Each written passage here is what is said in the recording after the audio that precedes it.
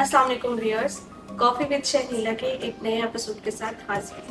This coffee with Shahnila episode is sponsored and presented by Pakistan business club. आज हमारे साथ एक बड़ी डायनामिक और वाइब्रेंट पर्सनैलिटी मौजूद है जिनका नाम है हिना, और ये मोर पंख के नाम से अपना एक क्लॉथिंग का और हैंडमेड ज्वेलरी का ब्रांड चला रहे हैं।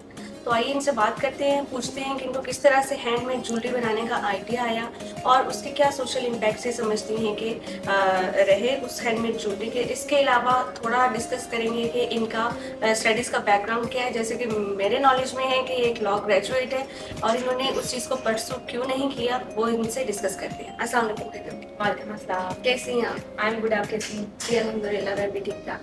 तो सबसे पहले स्टार्ट करते हैं कि आपका क्वालिफिकेशन बैकग्राउंड जो है वो थोड़ा डिफरेंट है। आगे आप बिजनेस की फील्ड में आ गई और बिजनेस में भी जो है वो ज्वेलरी की फील्ड में और क्लॉथिंग की फील्ड में आई।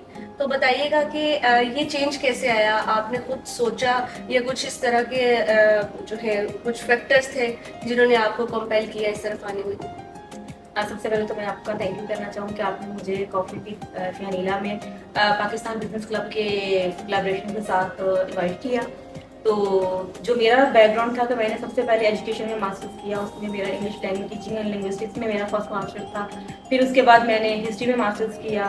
उसके अलावा मेरा लैंग्वेज में इंटरेस्ट था, लेकिन मेरे एक्चुअली फादर और मेरे ग्रैंडफादर वो चाहते थे कि मैं लॉ करूँ, सो आई डिड लॉ। लेकिन मैं पर्सनली कुछ ऐसा करना चाह रही थी जो थोड़ा आर्ट एंड लिटरेचर से रेलिवेंट हो, और मेरा हमेशा से इंटरेस्ट था आर्ट में और लिटरेचर में। और आर्ट में मुझे ऐसी चीज़ें इंस्पायर करती थी, थोड़ी डिफरेंट हो, यूनिक हो।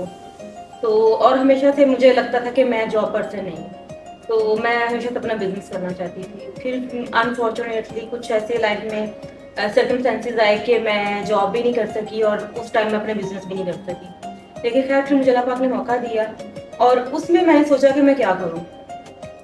तो उसमें फिर मैं कुछ डिफरेंट करना चाह रही थी। क्योंकि आप मार्केट में देखते हैं ऑलरेडी ज्वेलरी भी चल रही है, उसमें हाई एंड से लेके और एक जो आपकी एक मीडियम रेंज तक ज्वेलरी भी होती है, लेकिन वो सारी एक ही फॉर्म में होती है, यानी मेटल की, कोई सिल्वर की, गोल्ड की। तो मैं उसमें कुछ डिफरेंट और यूनिक लेके आना चाह रही थी, और साथ में मैं चाह रही थी मैं किसी ऐसी नीड को कैटर करूँ जिसमें कोई सोच नहीं रहा। अब आप देखते हैं कि हमारा जो टेक्सटाइल वेस्ट है, जैसे ये देखें कपड़ों के साथ बहुत सारे छोटे छोटे पीसेस बच जाते हैं, और वो क्या करते हैं कि वो हमारी ना इन्वायरमेंट को ना डैमेज कर रहे हैं। ऑलरेडी देखें कि हर साल कहते हैं कि 10 मिलियन टन जो है टेक्सटाइल वेस्ट है वो डिस्कार्ड किया जाता है। लेकिन मैं चाहती थी कि उस वेस्ट को हम ना कुछ पर्पसफुली कोई खूबसूरत तरीके से उसका ना इस्तेमाल करें, और उसका एक हमारे सोशल भी इम्पैक्ट हो, हमारी इन्वायरमेंट क्लीन हो, और दूसरा उससे हमारे लोगों को रोज़गार मिले। तो उसके लिए फिर मैंने हैंडमेड ज्वेलरी का जो था ना मेरे दिल में, क्योंकि जो ये टेक्सटाइल वेस्ट होता है उससे आप देखते हैं कि लोग कुछ उसकी फिलिंग कर लेते हैं, फिर रग्स वगैरह बन जाते हैं। मैं चाह रही थी कि और उससे खूबसूरत चीज़ क्रिएट करूँ। सो मेरे दिल में आया कि मैं ना हैंडमेड ज्वेलरी की तरफ जाऊँ जिसमें मेरी अपनी क्रिएशन हो। और फिर मैंने उस पर रिसर्च की। मैंने आज के टाइम में कहते हैं कि जो इग्नोरेंस है या इग्नोरेंट है वो आपकी अपनी चॉइस है, जहाँ तक आप लाइम रहना चाहते हैं। तो मैंने जो हैंडमेड ज्वेलरी का बेसिकली जो कंसेप्ट लिया था, मैंने यूट्यूब से लिया था। और मेरे जितनी वो उस पर मेरी सबसे पहले मैंने उस पर 2 साल लगाए थे उसको सीखने में, और उसके बाद सीखने के बाद फिर मैंने मटेरियल इकट्ठा किया। अब जैसे आप देखते हैं कि इसको अगर हम सोशली देखें, हमारे जैसे ये दर्जन मतलब टेलर्स होते हैं, फीमेल टेलर्स होती हैं और पीको वाले होते हैं, उनके पास इतना ज़्यादा टेक्सटाइल वेस्ट होता है। वो क्या करते हैं, अक्सर उनसे पूछो कि हम इनको फेंक देते हैं, तो वो क्या होता है हमारी इन्वायरमेंट को ख़राब कर रहा है। तो फिर मैंने उनसे वो कलेक्ट किया कुछ से, और बहुत सारी जो एम्बेलिशमेंट्स थी, चीज़ें थी, वो मैंने खरीद के फिर मैंने उनको खूबसूरत पैटर्न्स में ना उनको ज्वेलरी की फॉर्म में उनको तैयार किया। अच्छा, इसमें मैं पूछना चाहूंगी आपसे कि ज्वेलरी किस तर्ज की ज्वेलरी आप बनाती हैं? टेक्सटाइल वेस्ट आप लेती हैं तो उसमें से क्या क्या चीज़ें बनाती हैं? उससे हम जैसे ज्वेलरी में आजकल हम लोग बना रहे हैं फॉर्मल ज्वेलरी।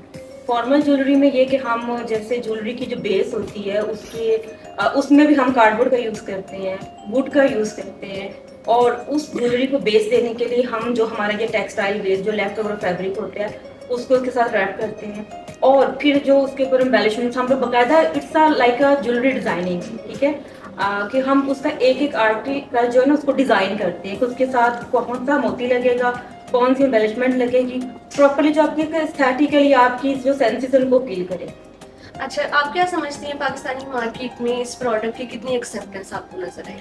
अनफॉर्चुनेटली जब मैंने स्टार्ट किया था तो उस वक्त इसकी कोई एक्सेप्टेंस नहीं थी।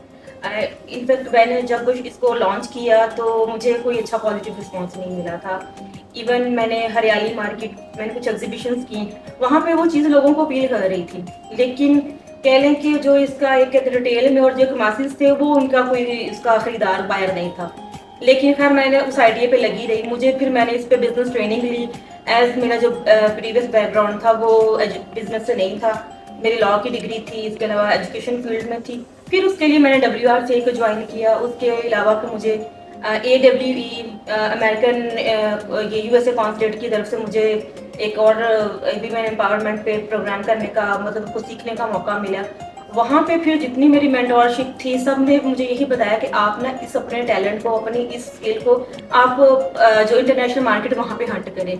लेकिन मैं चाहती थी कि पाकिस्तानी जो लोग हैं वो भी इस चीज़ को एक्सेप्ट करें, वो जो एक रवायती ज्वेलरी है उससे बाहर निकले और एक जो हमारी एक ट्रेडिशनल चीज़ें उनको अडेप्ट करें।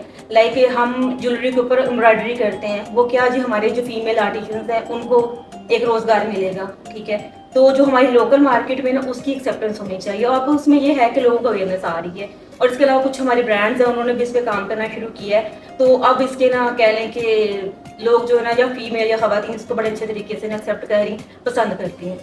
अच्छा, आप बता रही हैं कि आपने कुछ रिसर्च किया कि ग्लोबली इसकी एक्सेप्टेंस ज़्यादा है, तो आप क्या समझती हैं कि इन कंट्रीज़ में जो है वो आपकी प्रोडक्ट की जो है वो मार्केट अच्छी अवेलेबल है ऑलरेडी, या अगर हम बात करें कि कौन से ई-कॉमर्स के प्लेटफॉर्म है जो आपने रिसर्च किए हैं कि वहाँ पे आपकी प्रोडक्ट्स की डिमांड और सेल वगैरह ज़्यादा हो सकती मैंने जिस चीज़ को अभी टारगेट किया वो एटसी है। एटसी में ये है कि वो उसका टोटली जो कंसेप्ट है वो हैंडमेड है। अब हैंडमेड में अनफॉर्चुनेटली हमारे यहाँ पे अवेयरनेस नहीं है लोगों को ना, और दूसरा के लिमिटेड एक्सेस है, क्योंकि एटसी का अकाउंट पाकिस्तान से अप्रूव्ड operate नहीं कंट्रीज कर में नहीं सकते। आता जी। ना, तो उसके लिए आपको ना कोलैबोरेशन के साथ जाना पड़ता है।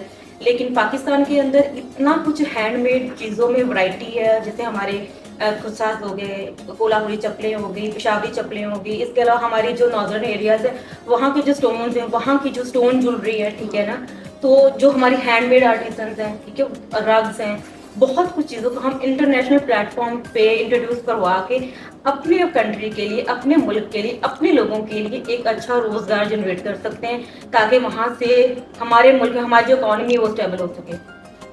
अच्छा, मैं आपसे ये पूछना चाहूँगी कि आप जैसे कि आप जानते हैं कि आप पाकिस्तान बिजनेस क्लब की भी मेंबर हैं, तो मुझे बताइएगा कि इस क्लब की मेंबरशिप लेने से आपको क्या फ़ायदा हासिल हुआ? आपको कुछ लगा कि कुछ बेनिफिट्स आपको मिले बिजनेस वाइज? बिजनेस वाइज जो पाकिस्तान बिजनेस क्लब है ये एक बहुत अच्छा प्लेटफॉर्म है।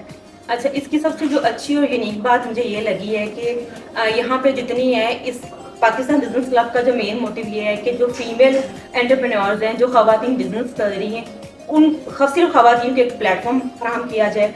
और इवन कि इनका मैंने एक इन्होंने हमारी स्पायर में एक विजिट जो था वो अरेंज करवाया था, यानी कि जो खवातीन कारोबार कर रही हैं, करना चाहती हैं, उनको अंदर तक जो मार्केट में ना ये इन तक उनकी एक जो एक्सेस है ना, वो जो एक बिजनेस किया कैसे जाता है, उन प्लेटफॉर्म्स तक इनको ना लेके जा रहे हैं। तो इसमें यह कि हर एज ग्रुप की या हर मतलब फील्ड की जो खवातीन इसको ज्वाइन करके वो किसी ना किसी वे में कोई ना कोई अपॉर्चुनिटी उसको मिल सकती है। और उसमें सबसे मज़े की बात ये है कि पाकिस्तान बिजनेस क्लब में कि ये सब खवातीन को इक्वली जो है ना वो डील कर रहे हैं, सबके साथ उनका ना एक लेवल पे ना, कि जिसके लिए जो जिसकी फील्ड के रिलेटेड रेलिवेंट उनको मौका मिल सकता है ये फ्राहम कर रहे हैं। अच्छा, मेरा एक क्वेश्चन है, अभी कुछ देर पहले आपने जिक्र किया कि आपने एजुकेशन में भी मास्टर्स किया, उसके बाद आपने बताया कि आपके पेरेंट्स या फैमिली चाहती थी कि आप लॉ करें, और नेक्स्ट आपने बताया कि आप चाहती थी आप बिजनेस करें। तो हमारे जो बच्चे छोटे होते हैं, जब उन्होंने अपनी फील्ड या करियर को चूज करना होता है तो उनको ये बहुत मुश्किल आती है कि घर वाले कुछ और चाहती हैं, आपका एप्टीट्यूड कुछ और है और पढ़ाया कुछ और जाता है। तो आप क्या समझती हैं कि जिंदगी का कितना हिस्सा आपका इस चीज में जाया हो गया? क्या आपकी जो ग्रोथ है उस पर कोई फर्क पड़ा कि आप ये चीजें बहुत पहले अचीव कर सकती थी जिनमें टाइम वेस्ट हो गया, डिसीजन मेकिंग नहीं हो सकी टाइम? अनफॉर्चुनेटली जो कह लें कि जो हमारी जनरेशन थी, जो कह लें हम जनरेशन जी में एक्स में आते हैं, जनरेशन एक्स से उसके यही मसाइल थे कि तब ना जो लिमिटेड एक कह लें कि कैरियर काउंसलिंग थी, इतने ज़्यादा मौके नहीं थे। और फिर बाज़ का कुछ चीज़ें आप के अपने हाथ में भी नहीं होती, सर्कमस्टेंसेस कह लें, सिचुएशंस कह लें, आप उनको कंट्रोल नहीं कर सकते। लेकिन फिर वही बात है कि कहते हैं कि जब और जहाँ आँख खोले ना सवेरा वहीं पे, बसेरा वहीं पे है। जो आज की जनरेशन है, मुझे उसकी ये सबसे अच्छी हुई जो चीज़ है यही पसंद है कि आज के जो हमारे बच्चे हैं, लोग हैं, वो बहुत क्लियर है अपनी चीज़ों को लेके, अपने विजन्स को लेके, कि जो उन्होंने करना है उन्होंने वही करना है। उन पे हमारी तरह चीज़ें थोपी नहीं जाती। ठीक है, हमारा थोड़ा सफ़र लंबा हो गया, लेकिन बजाय कि रुका हुआ है, उससे अच्छी बात ये है कि फिर भी हम लोग चल रहे हैं। चल रही हैं और कंटिन्यूसली अपने आप को अपडेट कर रही हैं, बिकॉज डिजिटल रेवोल्यूशन के बाद जो है वो चीज़ें बहुत चेंज हो गई हैं। और अगर हम अपने आप को मोटिवेट नहीं करते, इस तरफ नहीं लाते, तो शायद हम इस दौर से बिल्कुल बाहर हो जाते हैं। हमारी जो जनरेशन है, जैसे आपने बात की, तो बहुत अच्छी बात है कि आपने जो है अल्टीमेटली अपने पैशन को परसू किया। And we wish you best of luck for Thank you your so much. Business and your personal growth as well. Thank you so much for Thank coming you, to thank you, thank you. Pakistan business club podcast. Viewers, हम आपसे मिलते हैं next episode में, तब तक के लिए